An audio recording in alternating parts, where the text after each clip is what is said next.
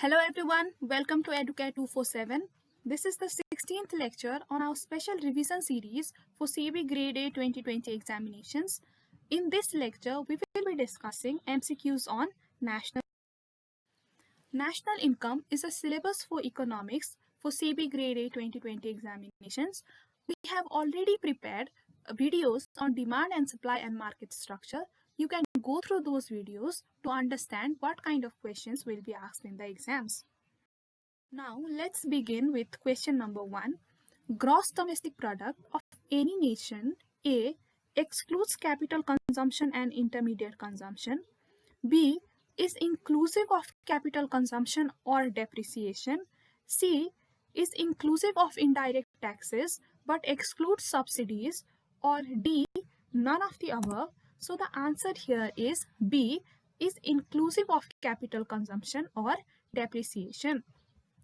Gross domestic product is the measure of money value of all final economic goods. So it includes only final economic goods. It does not include intermediate consumption because intermediate consumption is already a part of final consumption. So if we calculate both intermediate and final goods, then we will be double counting, right? So it amounts to double counting. So only final economic goods and services produced within the domestic territory of a country. So if we are calculating GDP of India, then only the goods and services within India are considered. If a resident in India produces goods in foreign countries, then that is not included because it does not come under domestic territory. But if a foreigner, he produces goods and services in India, then that is included because those goods and services are within the domestic territory of India during a given period of time. So only current productions are included, productions in the given period of time. Now, two types of goods used in the production process are counted in GDP, namely capital goods, that is business plant and equipment purchases, and inventory investments, the net change in inventories. Additions to inventory stocks of final goods and materials belong to GDP because they are currently produced output. So an increase in inventory stock shows that there is current production of output, right? So increase in stock is also included in GDP, and the two goods that are included are two kinds of goods are capital goods and change in inventory. Question number 2. Which of the following does not enter into the calculation of national income? A. Exchange of previously produced goods. B. Exchange of second-hand goods. C. Exchange of stocks and bonds. And D. All of the above. So the answer here is D. Now you have to understand that national income is a flow measure, right? Flow measure of output per time period, for example, per year, and includes only those goods and services produced in the current period. So goods produced in the previous period and the second hand goods, they do not include in current GDP because these goods, they have already been included in the GDP of the previous periods, right? The value of market transactions such as exchange of goods which already exist or are previously produced do not enter into the calculation of national income. Therefore, the value of assets such as stocks and bonds which are exchanged during the pertinent period are not included as these do not directly involve current production of goods and services. That's why stock and bonds are also not included because they do not involve current production of goods and services. Educare offers various courses for SEBI Grade A examinations. We have comprehensive course for SEBI Grade A 2020 examinations. We also have MCQ courses for SEBI Grade A 2020 Paper 2, and we have SEBI Grade A 2020 Crash Course for Phase 1 and 2. You can apply with coupon code SEBI SEBI and avail discounts on comprehensive courses and crash courses. However, since MCQ courses are already at a discounted price, no further discount is available in this course. You can enroll on these various courses on the basis of your preparation stage. Now, moving on to question number 3. Nominal GDP is A. GDP at current prices, B. GDP at constant prices, C. Real GDP, or D. A and C above.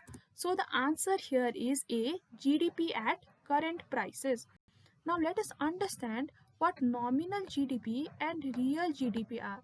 See, nominal GDP is GDP evaluated at current market prices. Therefore, nominal GDP will include all the changes in the market prices that have occurred during the current year due to inflation or deflation. Then what is real GDP?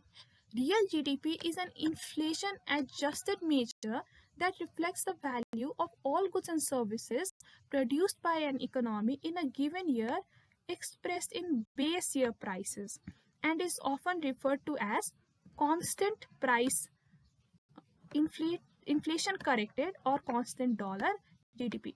So if the question asks you what is constant price GDP, then we have to understand that it is real GDP. Now why do we calculate real GDP? See, what happens is sometimes nominal GDP can be misleading. For example, let's say I am comparing GDP of last year and this year. And let's say the production of goods and services is exactly the same in last year and this year, but the price this year has increased due to inflation. Now what happens? The nominal GDP of this year will be higher because of higher prices, right? But in actual, there is no increase in production of goods and services. But if you look at the nominal GDP, you will get the illusion that the growth is higher this year. But if we calculate the real GDP using last year price as base price, then we will understand that there is actually no increase in production. There is no real increase in GDP. It is only because of inflation that the GDP this year is looking higher. So in order to avoid this misleading situation, real GDP is also calculated along with nominal GDP. Question number 4. Gross national product at market price is A. Gross domestic product plus net factor income from abroad, B. Gross domestic product minus net factor income from abroad, C. Gross domestic product market price minus depreciation, or D. Gross domestic product market price plus net indirect taxes. So the answer here is A. But to understand the answer, we have to understand three basic concepts here. See, to come to the net figure from the gross figure, what do? You have to subtract depreciation, right? Then to come to the national figure from domestic figure, you have to add the net factor income from abroad. And to come to the market price from factor cost, you have to add net indirect taxes. Now, if you understand this much, then you can solve any kind of questions, like this kind of questions. Now, in this question, see, we have to come to the national figure from the domestic figure, right? So what do we do to come to the national figure from domestic figure? We add the net factor income from abroad, right? So that's what we have done in A. We have added the net factor income from abroad. Now both of these are in the gross figure, right? So there is no need to make adjustment for depreciation. And again, both of them at our market price, so there is no need to make adjustment for net indirect taxes. So our answer will be simply to add the net factor income from abroad. Hence we come to the answer A. Question number 5. Which of the following is an example of transfer payment? A. Old age pensions and family pensions. B. Scholarship given to deserving diligent students. C. Compensation given for loss of property due to floods. Or D. All of the above. So the answer here is D. All of the above. Now let us understand a little more about transfer payments. Transfer payments, these are the payments that the government make available to the public through the social security or welfare system. These are one-way payment made to individuals. That means government does not require receiving party to produce any goods or services. So the government is giving this money without any expectation of goods or services, right? So it is one-way payment. Example, pension, unemployment benefit, student grants, child benefit, etc. However, if the government provides assistance or subsidy to encourage production or encourage provision of services, then it is not considered transfer payment, because in this case the government is expecting something in return, right?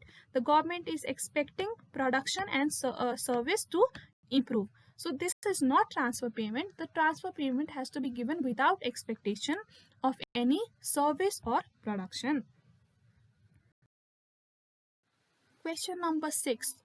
GDP per capita is a measure of country's economic output per person, B, actual current income receipts of person, C, national income divided by population, or D, A and C above. So the answer here is D, A and C above. See, the GDP per capita is a measure of country's economic output per person.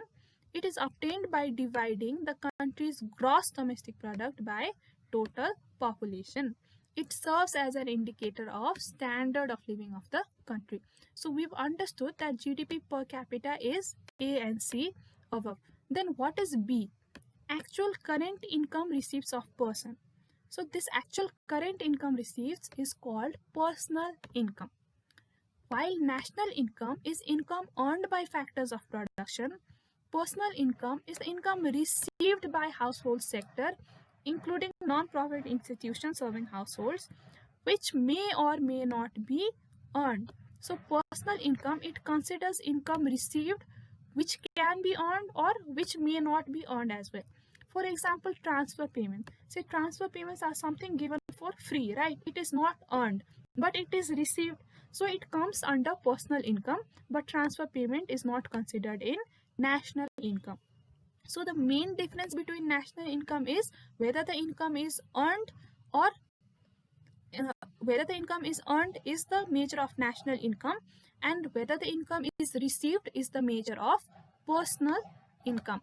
So personal income is equals to national income plus income received but not earned, like transfer payments, and income earned but not received. Now what can be the example of income earned but not received?